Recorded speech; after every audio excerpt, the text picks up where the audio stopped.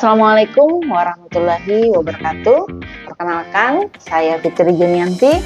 Saat ini saya sebagai salah satu dosen di Prodi Teknik Kimia Mineral Politeknik ATI Makassar. Politeknik ATI Makassar merupakan salah satu perguruan tinggi vokasi yang berada di bawah naungan Kementerian Perindustrian Republik Indonesia. Saya memiliki pengalaman mengajar pada berbagai mata kuliah, di antaranya praktikum dan teori untuk kimia analisis dan material teknik, teori karakterisasi mineral, praktikum satuan operasi, dan praktikum pengolahan limbah. Pada kesempatan kali ini, saya akan menjelaskan metode pengajaran saya dengan pendekatan DIA, yaitu Delivery, Interaction, and Assessment pada mata kuliah kimia analisis. Kimia analisis merupakan salah satu mata kuliah yang wajib dipelajari oleh mahasiswa pada program studi teknik kimia mineral. Karena mata kuliah ini menunjang profil lulusan, yaitu sebagai Quality Control atau QC maupun sebagai Quality Assurance atau QA. Mata kuliah kimia analisis mengkaji mengenai kimia analisis kualitatif dan kimia analisis kuantitatif. Kimia analisis kualitatif menekankan kepada analisis ion, baik itu berupa kation maupun berupa anion, beserta penggolongannya, dengan menggunakan reaksi uji kering dan reaksi uji basah. Sedangkan untuk kimia analisis kuantitatif akan mengintegrasikan konsep dalam merumuskan dan menganalisa baik dengan metode konvensional yaitu gravimetri dan titrimetri maupun dengan menggunakan instrumen yaitu spektrofotometri UV-Vis, AS, dan gas kromatografi atau UC. Mata kuliah kimia analisis diajarkan pada semester 1 dengan bobot sebanyak 3 SKS. Pada mata kuliah kimia analisis ini, kemampuan yang diharapkan oleh mahasiswa setelah mengikuti mata kuliah ini yaitu 1. Mampu menjelaskan ruang lingkup kimia analisis dan peranannya dalam dunia industri. 2. Mampu menjelaskan teori dan teknik sampling pada berbagai jenis sampel di industri pengolahan mineral. 3. Mampu menjelaskan konsep dasar analisis kualitatif, kesalahan dan analisis dalam analisa kualitatif dan penerapannya. Yang keempat, mampu menggunakan analisis kuantitatif gravimetri pada pengujian ataupun penentuan kadar pada suatu mineral. Yang kelima, mampu menggunakan analisa kuantitatif secara volumetri atau titrimetri untuk pengujian penentuan kadar pada suatu mineral. Yang keenam, mampu menggunakan spektrofotometri UV-Vis pada pengujian maupun penentuan kadar pada suatu mineral. Yang ketujuh, mampu menggunakan spektrofotometer serapan atom atau AS dalam pengujian kadar pada suatu mineral. Yang kedelapan, mampu menggunakan gas kromatografi atau GC pada pengujian atau penentuan kadar pada suatu mineral. Dan yang terakhir, yang 9 adalah mampu menentukan jenis metode analisis yang tepat dalam pengujian maupun penentuan kadar pada mineral. Pada mata kuliah kimia analisis, materi pembelajaran yang disampaikan meliputi ruang lingkup kimia analisis, teori teknik sampling, analisa kualitatif dengan menggunakan reaksi uji kering, analisa kualitatif dengan reaksi uji basah, analisa kuantitatif secara konvensional yaitu gravimetri dan titrimetri, analisa kuantitatif secara instrumen menggunakan spektrofotometri UV-Vis, AS, dan GC.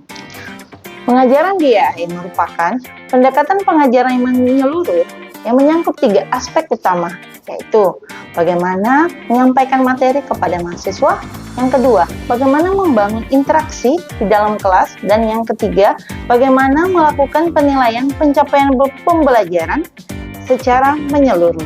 Fungsi pengajaran DIA adalah menjadikan pembelajaran lebih komunikatif, adaptif, dan terarah pada hasil. Pendekatan ini mendukung proses belajar yang aktif dan berpusat pada mahasiswa. Baiklah, saya akan menjelaskan penerapan dengan pendekatan DIA pada mata kuliah kimia analisis.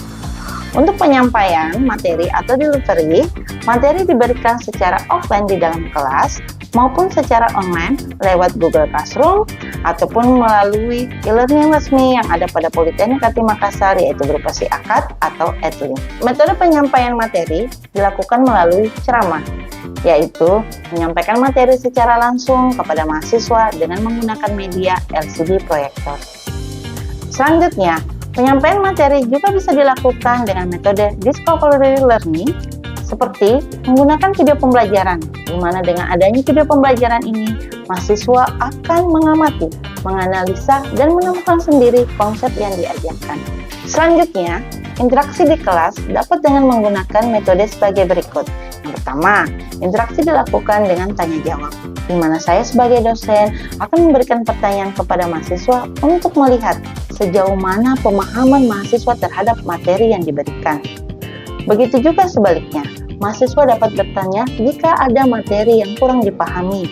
Untuk menjawabnya, boleh saya langsung sebagai dosen ataupun saya memberikan kesempatan kepada mahasiswa yang lain yang lebih memahami untuk menjelaskan mengenai apa yang masih kurang dimengerti. Metode atau interaksi selanjutnya yaitu dengan menggunakan problem based learning, di mana mahasiswa akan diberikan studi kasus yang dikerjakan baik secara individu maupun secara kelompok. Untuk penilaian mata kuliah pada kimia analisis ini, pemberian nilainya mengacu kepada bobot yang telah ditetapkan di Politeknik Ati Makassar, yaitu tugas sebanyak 15%. Untuk tugas dapat dilakukan secara individu maupun per kelompok, diberikan pada setiap akhir pertemuan. Hal ini dilakukan untuk mengevaluasi pemahaman mahasiswa terhadap materi yang diberikan. Yang kedua adalah kuis sebanyak 10%. Untuk kuisnya dapat diberikan pada sela-sela topik pembelajaran pada tiap pertemuan. Untuk UTS sebanyak 35% dan UAS sebanyak 40%. Berikut contoh video pembelajaran yang saya lakukan untuk mata kuliah kimia analisis dengan menerapkan pendekatan DAE.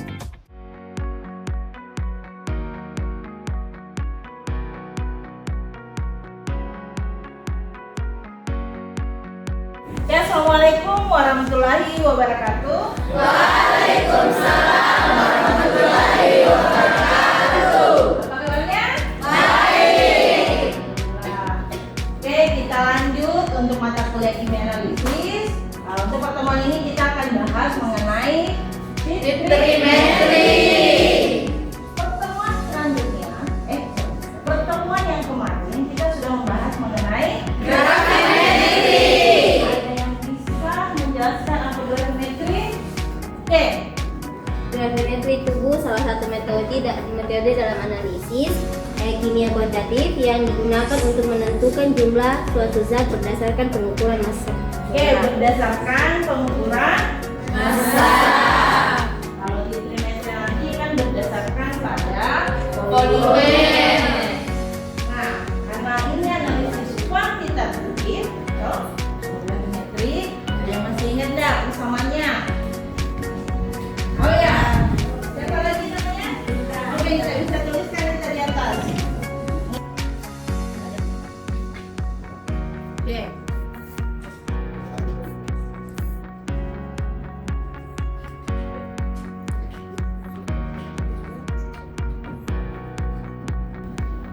Oke, sudah benar ini kan?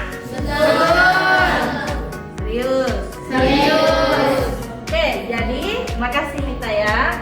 Oke, persen ya apa yang akan ditentukan. Kemudian caranya adalah berat akhir. Jadi tadi ada berdasarkan berat ya. Jadi berat akhir dibagi dengan berat awal kali faktor gravimetri dikali dengan 100%. Gravimetrinya ingat kita dapatkan dari MR-nya atau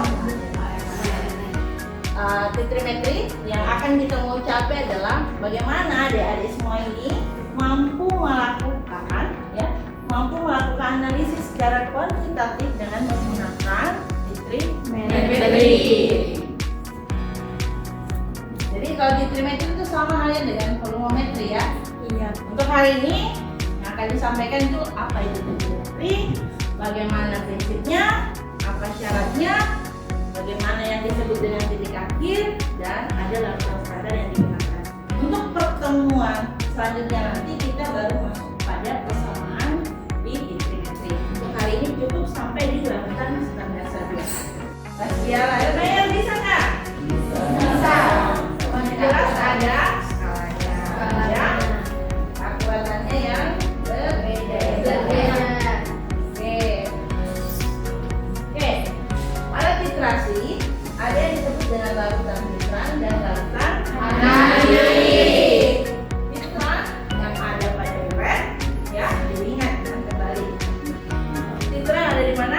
Analisnya ada di Jadi mengingat citran ada di duren, analis ada di elemen. Nah, prinsipnya adalah tadi direaksikan dengan cara analis ditambahkan dengan citran sampai nanti berubah warna. Ya, atau menjadi produk. Prinsipnya adalah konsentrasi yang diketahui adalah konsentrasi yang ada pada citran, ya, atau pada duren, kemudian ditambahkan untuk bereaksi pada analis, ya. Kemudian konsentrasi analis ini tidak kita ketahui, baru akan diketahui setelah terjadi perubahan warna. Tidak langsung juga diketahui, harus masuk ke dalam persamaan. Dalam apa? Persamaan. Oke, untuk peralatannya ya. Jadi ada duren, ya, digunakan sebagai tempat citran. Ada layer sebagai tempat analis. Kemudian ada statis.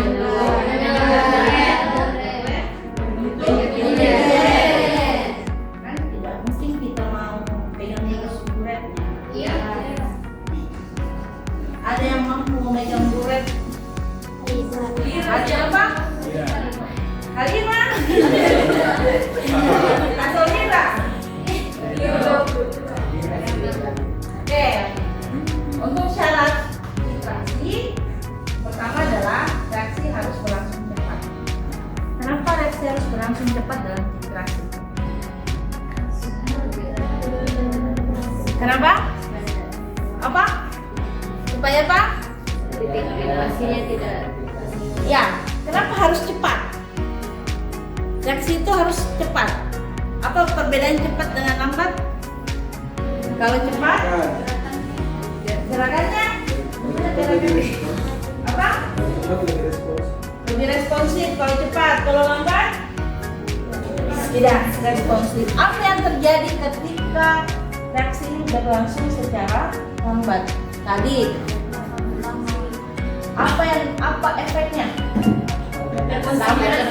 Kontaminasi. Larutan yang digunakan akan semakin banyak. Habis nanti. Iya. Kan tadi citrannya terus ditambahkan sampai terjadi reaksi.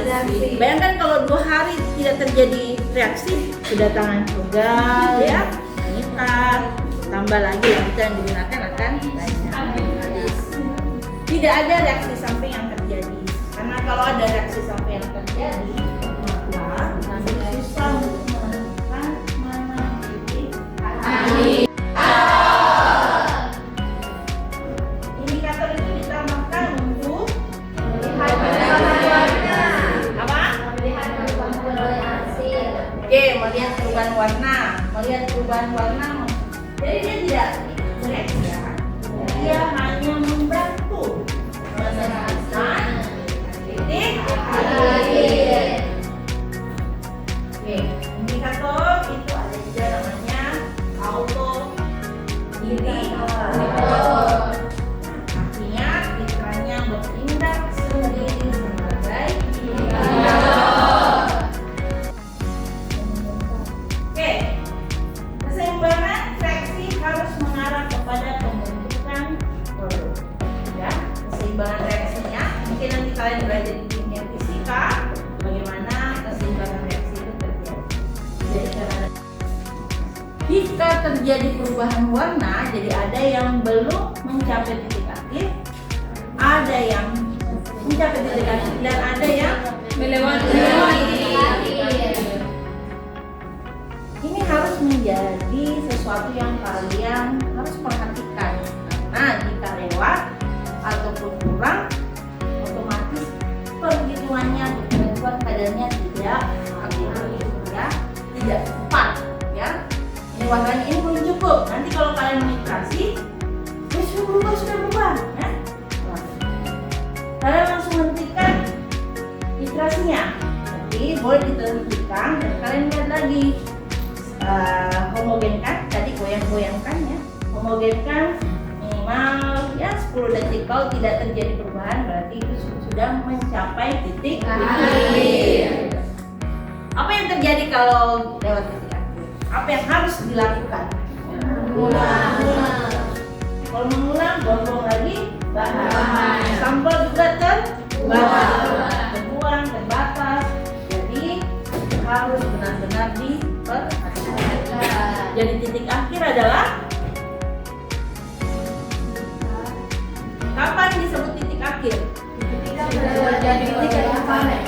Oke, sudah ada perubahan warna. Ada tadi saya dengar titik. Apa perbedaan? Apa? Kalau titik ekvivalen itu kita literal dan analisnya itu sama, tapi Sifatnya yang sama.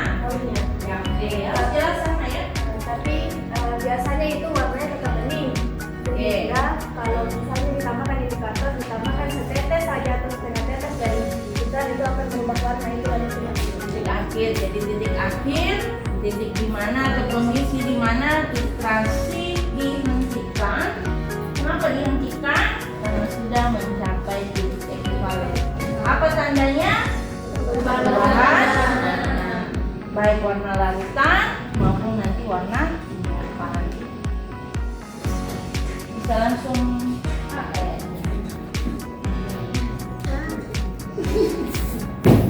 Oke,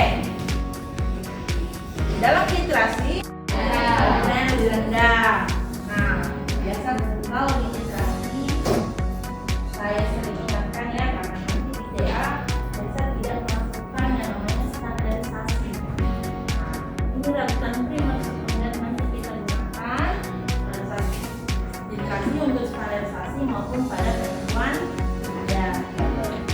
Standarisasi digunakan untuk memasukkan konsentrasi yang kita gunakan ini benar-benar adalah konsentrasi dari si filter tersebut, ya.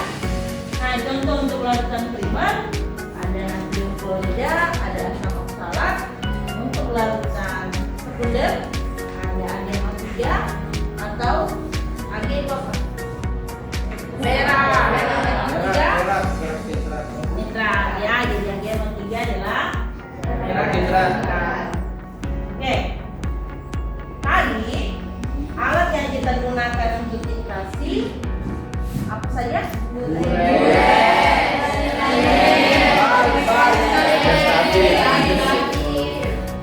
Jika buret saya ganti, ya. Jika buretnya saya ganti dengan apa ini? Termometer.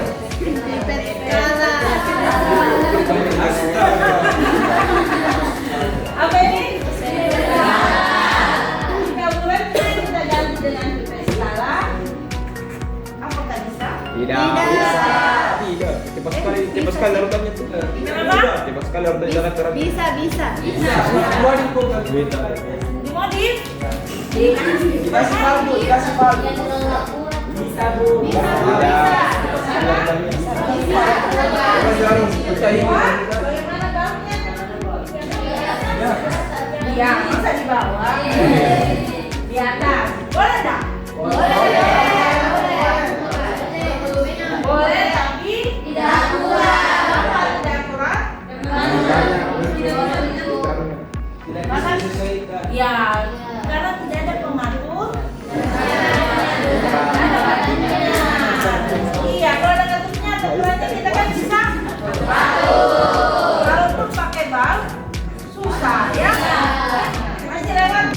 Ya. hanya untuk perubahan warna saja bisa secara Ya, karena kita bahas kuantitatif, ya, trimetri berarti pertama tangan kita, apalagi kalau yang 1000 mili, bayangkan tangan kita. Jadi cepat, sampai. Jadi sebenarnya jika kondisinya memang kepepet, ya, tapi harus supaya akurat karena ini kuantitatif kita mencari keakuratan, ya. Kalau kualitatif kita hanya melihat ada atau tidaknya, ya. Kalau kita harus Selanjutnya, ada yang mau ditanyakan? Ada, Bu. Ada. Berarti sudah paham semua? Sudah. Selanjutnya kita masuk kepada tahapan melihat sejauh mana pemahamannya terhadap materi hari ini. Nanti siapkan handphonenya, siapkan datanya. Kita masuk ke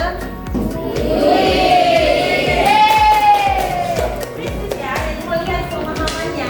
Nanti kita lihat sejauh mana. Sudah mulai, silakan join. Wih, dadah. Senang sekali. Oke, saya start ya. Silakan dikerjakan dengan tenang. Oke, 1, 2, 3.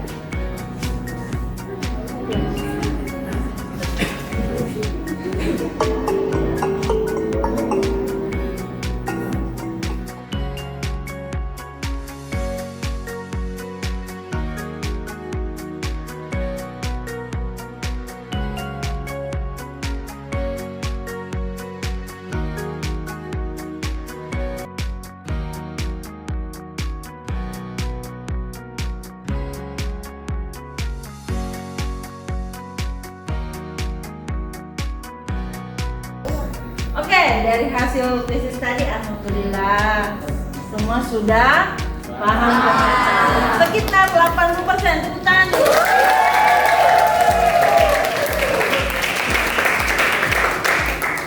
Jadi hari ini kita sudah menyelesaikan untuk pertemuan pertama mengenai titik trigonometri. Ada yang bisa menyimpulkan materi kita hari ini? Ya, coba. Siapa?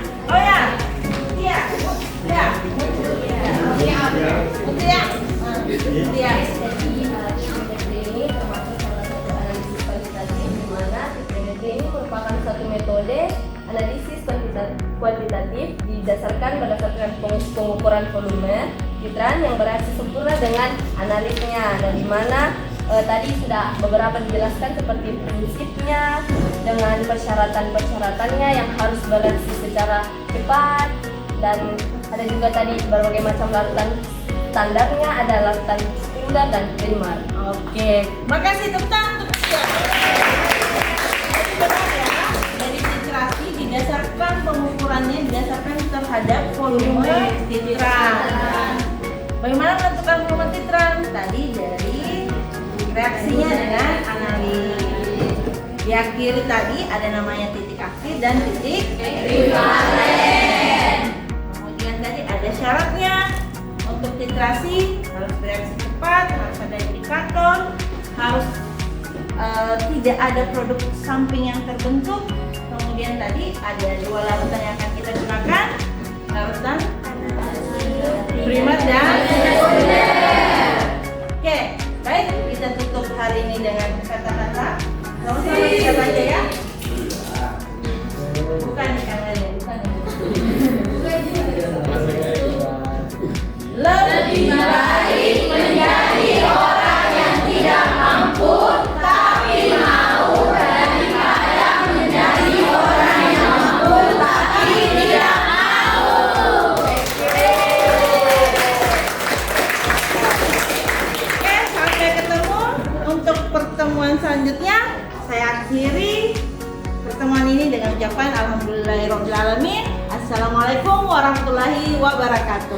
Waalaikumsalam warahmatullahi wabarakatuh. Demikian salah satu contoh video pembelajaran yang saya lakukan secara offline di kelas untuk mata kuliah kimia analisis. Semoga bermanfaat dan terima kasih. Assalamualaikum warahmatullahi wabarakatuh.